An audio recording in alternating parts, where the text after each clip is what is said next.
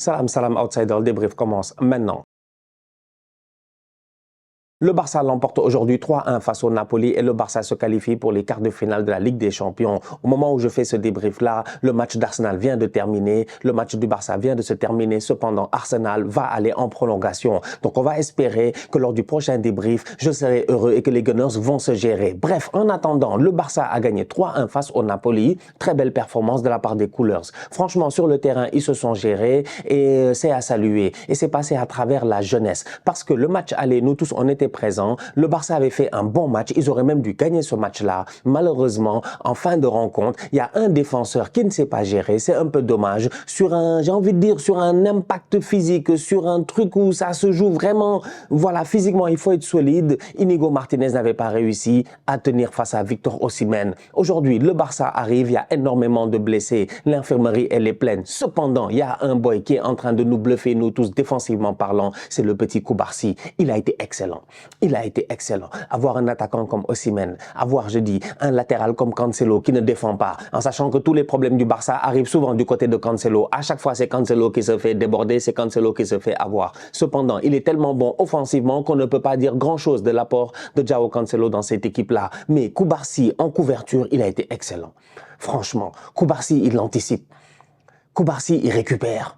Koubarsi, il tacle. Koubarsi, il est là dans l'impact physique. Koubarsi, quand il faut mettre son corps, il n'abandonne pas. Il n'a que 17 ans. Il n'a que 17 ans. Il joue face à des tontons, des papas, des Osimhen, des pères de famille. On va être très, très sérieux. Et pourtant, il réussit à nous sortir, encore une fois, je le dis, une top performance aujourd'hui. Donc, tu as un Koubarsi qui est en pleine forme. Et à côté de lui, tu avais aussi le retour de Ronald Araujo. Araujo, on le connaît. Ça, il n'y a absolument rien à dire. On sait que lui, dans les gros matchs, surtout quand il y a l'intensité physique qui doit peser, on sait que lui, il est capable de faire le travail. Aujourd'hui, Araujo, franchement, là encore une fois, face à un Victor Osimhen qui a pesé, Araujo a fait un très bon match. Donc du coup, tu avais une axe centrale, Koubarsi, Araujo, les deux ensemble, ils ont fait la paire. Ça te donne un Barça qui est solide, un Marc-André Ter Stegen qui, c'est dommage, il aurait pu avoir un clean sheet si, encore une fois, du côté de Cancelo, les gars s'étaient gérés, mais comme ils ne sont pas gérés du côté de Cancelo, il y a un débordement, centre en retrait, voilà, il y a un tap-in, je pense c'est Rahmani, non, qui vient claquer son but, voilà, c'est Rahmani qui vient claquer son but.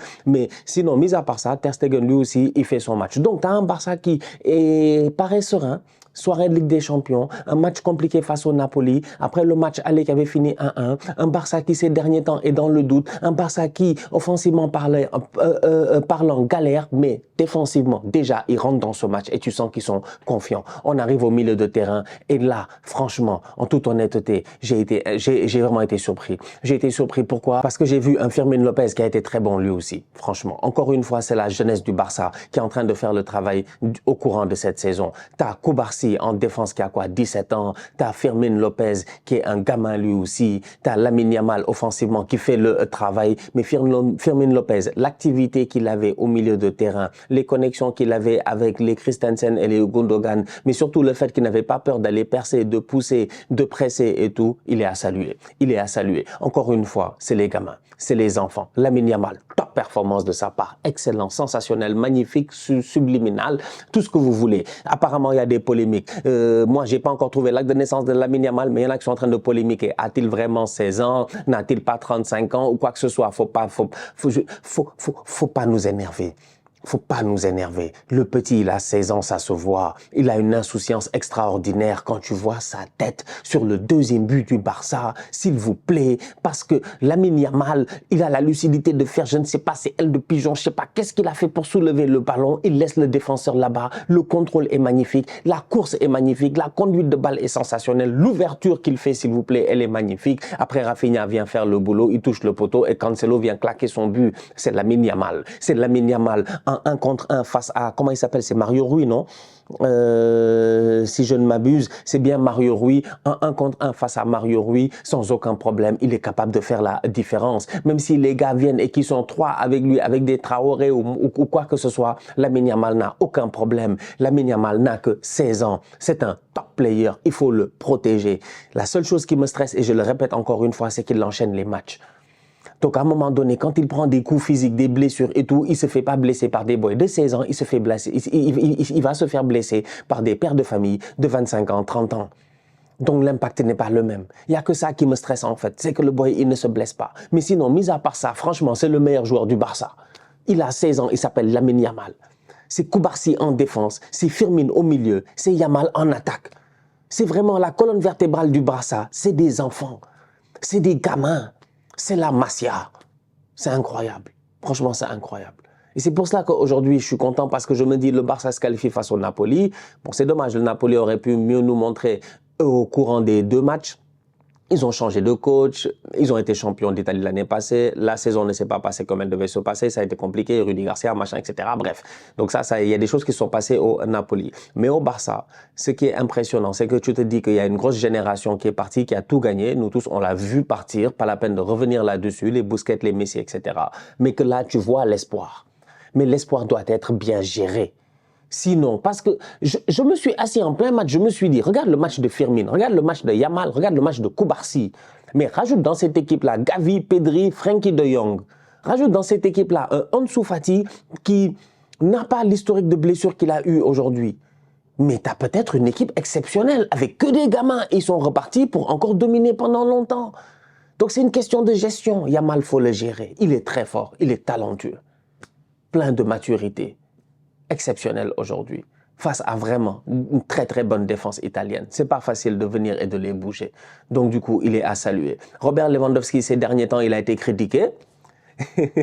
C'est un tocard, un grand tocard, Robert Lewandowski, il n'est pas sérieux. Ces derniers temps, il a été critiqué, mais ces derniers temps, quand même, il se gère. Tout comme Jules Koundé, en fait, c'est incroyable. Plus il y a de... Jules Koundé, dès qu'on arrive à l'approche de la période où il y a les Fashion Week à gauche et à droite, il devient un top player. Jules Koundé sort une top performance aujourd'hui. Robert Lewandowski te sort un très très bon match aujourd'hui. Franchement, il est à saluer, de très très bons mouvements. Sur le deuxième but, il est très intelligent, il laisse le ballon passer. Il claque un but sur une passe de Sergio Roberto, c'est paradoxal, mais Sergio Roberto rentre et il fait une belle rentrée. Donc du coup, franchement, collectivement parlant, le Barça aujourd'hui, ils ont, dans le même match, ils nous ont montré des choses où tu avais peur. Tu te dis, ouais, Naples va marquer la preuve. Il y a un boy de Naples, il claque une tête, la tête passe à ça. Je pense que c'est, comment il s'appelle?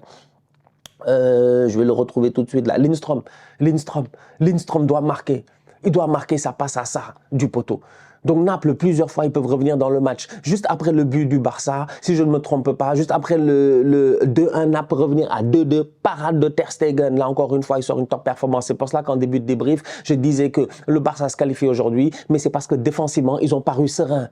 Ils ont paru sereins. Les soirées de Ligue des Champions, tu te fais éliminer comme ça, c'est parce que tu arrives défensivement, tu bégayes, tu as peur, ratata, 15 minutes, tu prends un but, 20 minutes, tu prends un but. Non, aujourd'hui, défensivement, ils ont paru sereins, même si on sait que l'équipe, elle a des lacunes.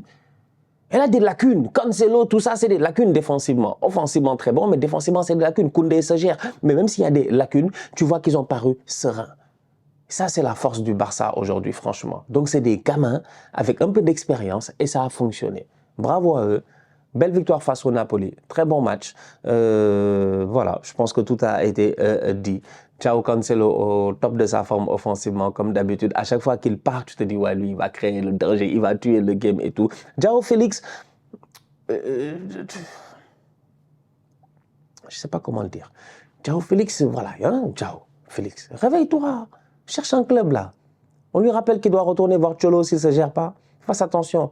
Rafinha, bon, ces derniers temps, il se gère lui aussi, il fait de bonnes rentrées. Ce week-end, il est sorti blessé, mais là, il était de retour et c'était très important. Victoire du Barça 3-1. Bon, je vais retourner aller voir Arsenal rapidement avant que le match ne reprenne. Je suis très stressé. Ça s'est peut-être vu dans le débrief du Barça. Là, je suis très stressé. Arsenal joue Porto. Il y a des Evan Nilsson, des machins. Les gars nous fatiguent. Des Galeno. Tu sais, on peut se taper par des Galileo, et puis des Evan Nilsson, et puis des Wendell, et puis des, je sais pas, des boys là, ils nous fatiguent. Pépé au carré. J'en ai marre. Je suis stressé. Je suis là. Trossard a marqué, c'est pas suffisant. Arsenal mène 1-0, c'est les prolongations vont commencer, donc voilà.